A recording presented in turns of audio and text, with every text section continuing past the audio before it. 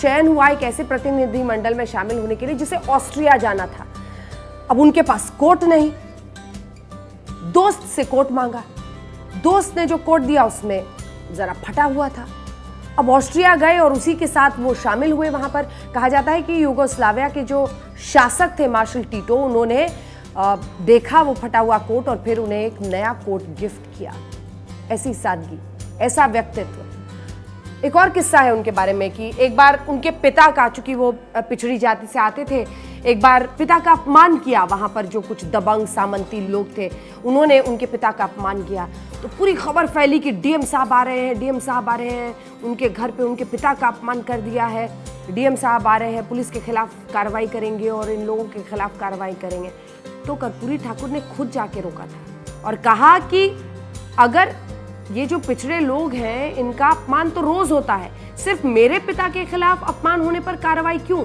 अगर पुलिस वाकई किसी का अपमान न होने दे, सख्त कार्रवाई करे तब बात हो।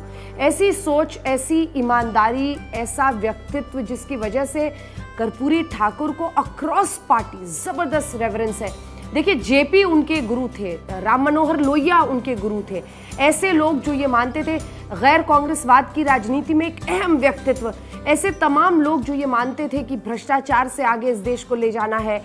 अगर कोई दो बार मुख्यमंत्री हो और उसके पास अपना कोई मकान ना हो जो वो विरासत में आने वाली पीढ़ियों को दे, इसी से आप उनकी ईमानदारी का एक अंदाज़ा लगा सकते हैं। और फिर बिहार की राजनीति की बात हो रही है तो सोचिए आज कैसे करोड़ों रुपए बहाए जाते हैं चुनाव प्रचार से लेकर, किस तरह से पार्टी में आरोप लगता है कि टिकट खरीदने के लिए आपको इतनी रकम देनी पड़ती है।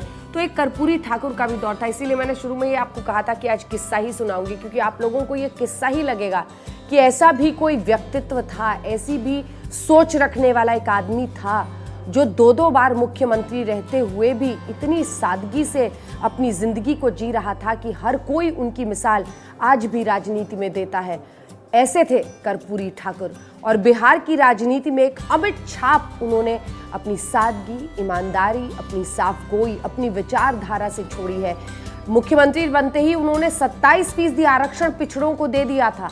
ये उनकी सोच थी, क्योंकि उन्होंने उस गरीबी को, उन परेशानियों को, उस भेदभाव को इतने करीब